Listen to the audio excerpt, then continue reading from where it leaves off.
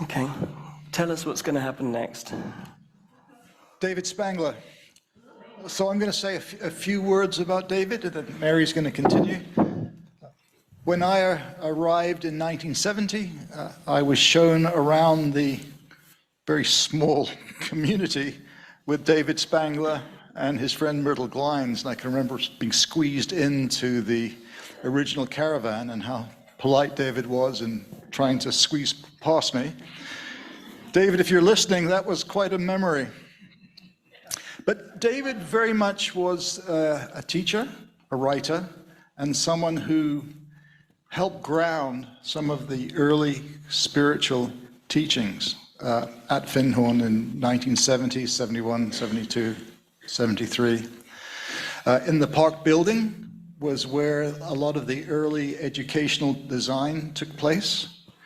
There were meetings there.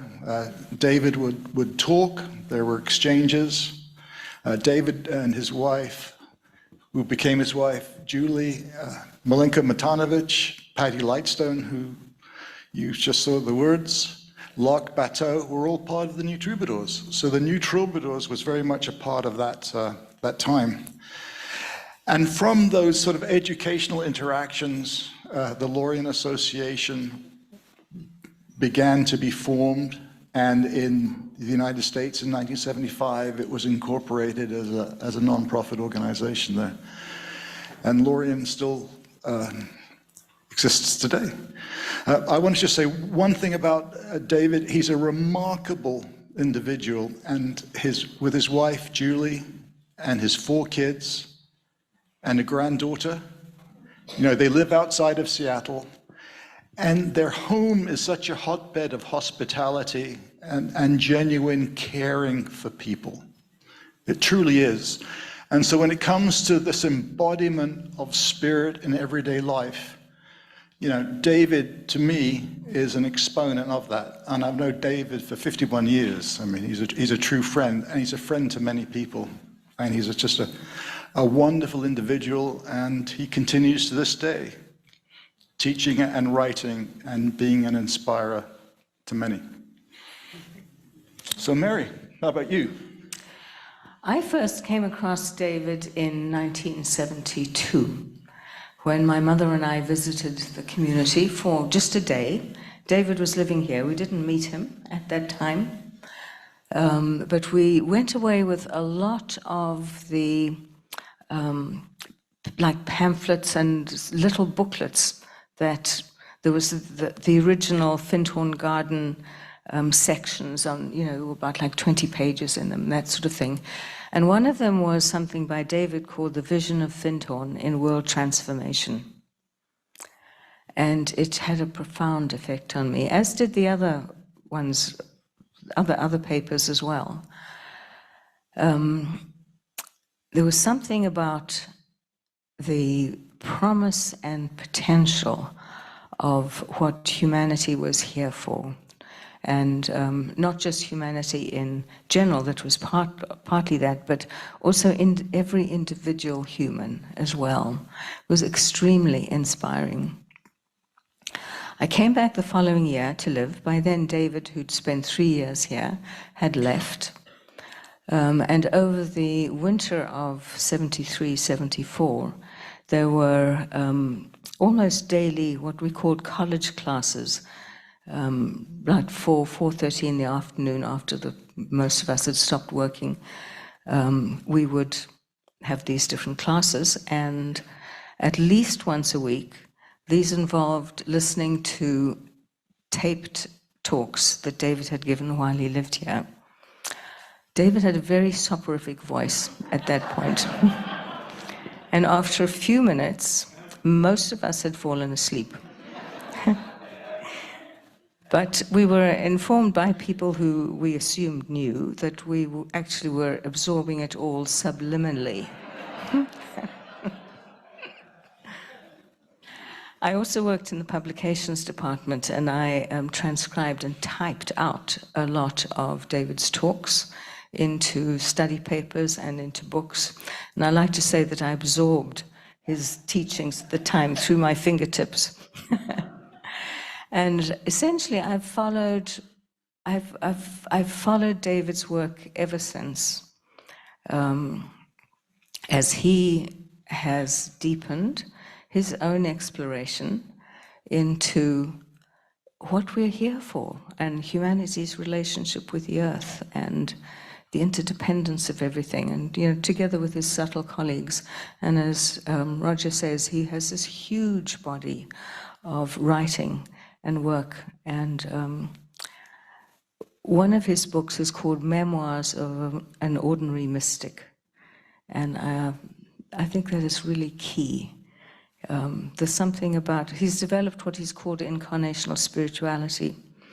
How do we, each of us, live the huge vision and bring the vastness of spirit, of whatever, of life, of the sacred, into the specifics of our everyday life together. I no longer fall asleep in his talks, and we are now going to have him for a few minutes talking to us here. And please don't fall asleep. Thank you. David, where are you?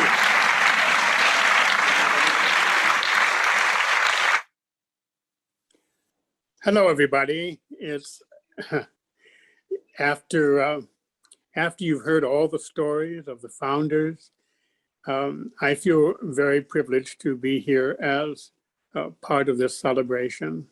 Where Findhorn is concerned, it's a center that's very close to my heart. But I'm really a David come lately. This place that you're celebrating had begun and was well underway when I came there. There's so many people have their own miraculous stories about how they came to Findhorn. And that was true for me too.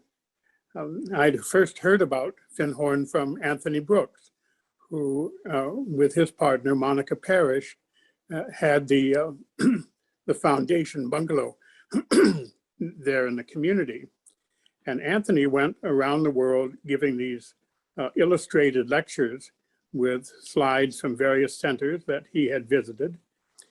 And part of those lectures was his sharing about what was happening at Findhorn. And at the time, I was, interestingly enough, teaching an adult education course for the San Jose Public Adult Education Program on spirituality and the future of humanity. And the story of Findhorn and the work with the intelligence of nature and Dorothy's work and Eileen's connection, all of that was terribly inspiring. And I would bring this material that Anthony had left with me to that class and sort of was proselytizing Findhorn a bit, even though I'd never been there. And I didn't really expect to ever be there. And that was probably in 67, 68. But in 1970, my own inner contact, whom I had called John, said, well, you have a new cycle of work that's about to begin, and it will take place in Europe.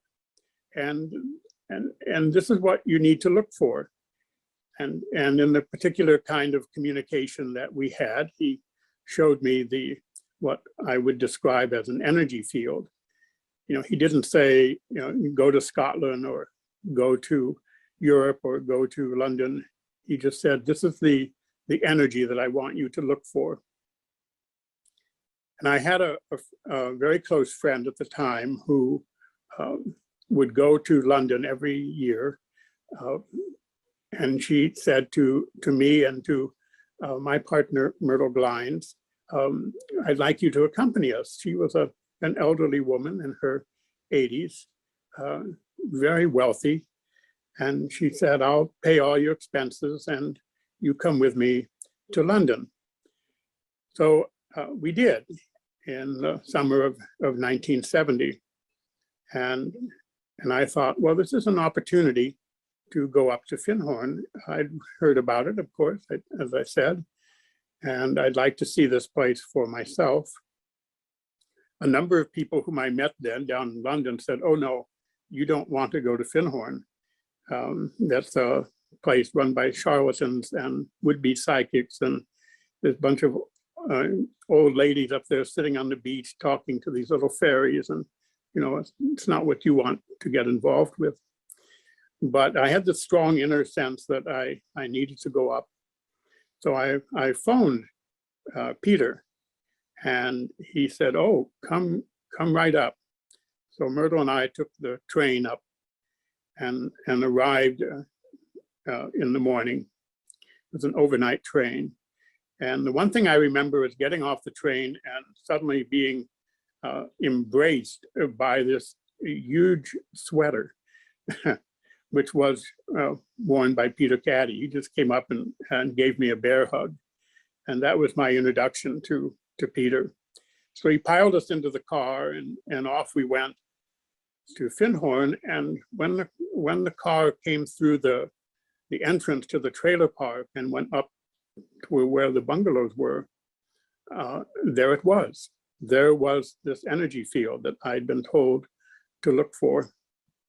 And I honestly did not expect to find it there. But I remember saying to Myrtle, this is the place that John says I'm supposed to do some work. This is the next cycle of work for me, because I'd been teaching for 5 years in the States, and this was my next assignment, so to speak. So I'd been at Findhorn for about 3 days, met Peter, met Eileen, met Dorothy. And then Peter came and said, I'd like you to come for tea with Eileen and me. So I said, that would be wonderful. I'd love to do that. So Myrtle and I went and had tea with Peter and Eileen, and we talked about Findhorn. And then he said, that's when he dropped his bombshell, and he said, David, Eileen had a vision 3 years ago that you were coming. And I had written a little book about the Christ for my classes back in California. And a woman in the classes had mailed that little booklet to Findhorn, totally unbeknownst to me. And Dorothy had read it and then given it to Eileen, and Eileen had read it. And after she finished reading it, she had one of her visions. And in the vision, she was told that David Spangler is going to come to the community and be part of the leadership in the community. And she had no idea who I was or even where I was. So for 3 years, they'd been expecting me to arrive, and then I did. And Peter said, David, I'd like you to be my co-director. And I said, yes. Not really knowing what I was saying yes to, but knowing inwardly that this was obviously a situation that had been set up by forces much greater than myself. And what else could I say? So listening to the stories of the founders, something that I appreciated up to a point then, because there was no question that Eileen and Dorothy and Peter were remarkable people. Rock was an incredible man. Everything Craig said, a gentleman, but a man with truly awesome inner awareness and powers. And excuse me. And I felt all these people as my family. And I felt that we'd known each other in other lives. And it was there that, as Roger just said, I met the other friends, my heart friends and soul friends. Because when I arrived, Findhorn was only about 15 members and a lot of guests. But within a year, it had expanded to around 150 members. And it had grown beyond Peter's capacity to administer it. So a group of us formed an administrative cadre of people to help him out. And it was this group of people that later, when we left, became the Lorien Association. So obviously there was a lot of deep soul connection, heart ties. But it wasn't until I left and I began traveling around the United States, visiting other communities and talking with other people who were either wanting to lead communities or were doing so, but not very successfully, that I fully appreciated the gift that Finhorn had in the men and women who had been its founders, who were its founders. As Roger said about Peter, he was somebody who did not put himself first. He used to say, "I have no personality," and those of us who knew him knew quite well that he did, but he did not have an ego, in the sense that he never tried to draw power to himself. He was, as Roger said, very empowering. And Eileen was that way, Dorothy was that way, because they genuinely were filled with the love of the sacred, with their experiences of God, the God within them and the God within all things. And Dorothy was enchanted, really, by her connection with the intelligences within nature, the Devas. And of course, Rock came and brought his awareness of the nature spirits and the nature kingdoms. And it was this powerful combination of individuals who were there to anchor something.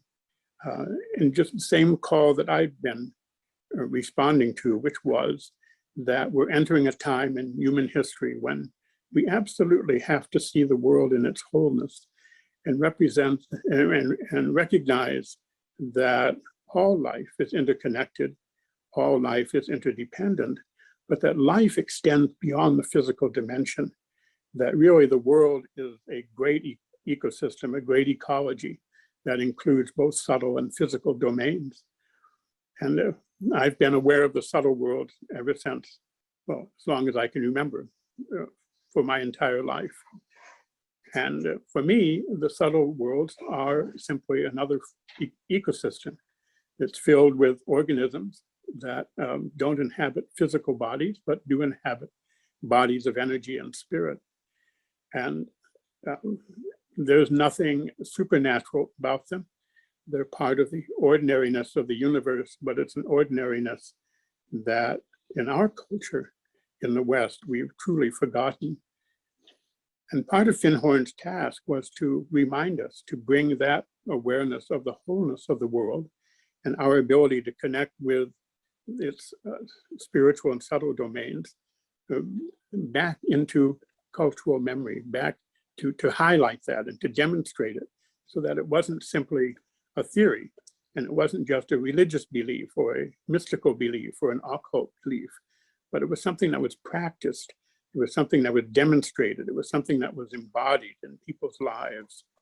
And that was the thrill of being part of Finhorn in those days, because we were really trying to live up to this call to be a demonstration of the wholeness of ourselves and the wholeness of the world. Well, and as I say, in the many years since then, in working here in the United States and in traveling with and seeing various other centers, I can really appreciate what the founders of Finhorn accomplished. But I want to say, and I mean this sincerely, that the term founder is not one that's limited by time. When we think of the founders, we think of people back at the beginning of something. But Finhorn is always beginning. And each of you is as much a founder as I was, or as Peter was, or Eileen, or Rock, or Dorothy. Finhorn is birthing itself all the time from each of you, from everyone who's there. And the spirit of Finhorn is birthing itself all the time from the thousands of people throughout the world who have been to this place and have had their lives changed, or at least touched by the spirit that's within it. So in celebrating the founders through this program, I think that's very important. And I'm so glad to see people like Lena and Rock being celebrated along with Dorothy and Peter and Eileen. And actually, I would give a shout out to Joan Hartnell Beavis, who was Eileen's, really her best friend. Eileen would spend part of every night in Joni's bungalow, which became Dorothy's bungalow when Dorothy moved back, in meditation. And Joni was really her support, the person that created a safe space within which Eileen could do her inner work. And Joni, who had her own wealth, was a significant source of financial support for the early community that enabled things to be built and things to manifest. So hardly anybody knows about Joni these days, and she's not usually thought of as a founder, but in my heart, she really was one of the early founders. So as I say, it's wonderful to call all of us back to your awareness. And I recognize that the community is wanting to recover its roots and to get a new sense of the spiritual vision that gave birth to this place. But I feel it's important to recognize that those are living roots within each of you, and you're forming your own new root system that the Finnhorn that moves on in the 21st century may very well be different from the Finnhorn that was founded in 60 years ago. It may have to be different in order to carry its essential spirit forward, the spirit of wholeness, the spirit of community, the spirit of the sacredness within all things, the spirit of love of people for each other, and love of people for the earth. And to carry forward as well this demonstration that the world is a wholeness that's composed of the physical and non-physical realms. And the partnership between these two aspects of this great planetary ecosystem is very important. And Finnhorn is a demonstration of that. But how you demonstrate it, that's going to be for you to determine. For you are the founders of the next 60 years of this community and beyond. Thank you very much. And I thank you again for the privilege of taking part in your program today.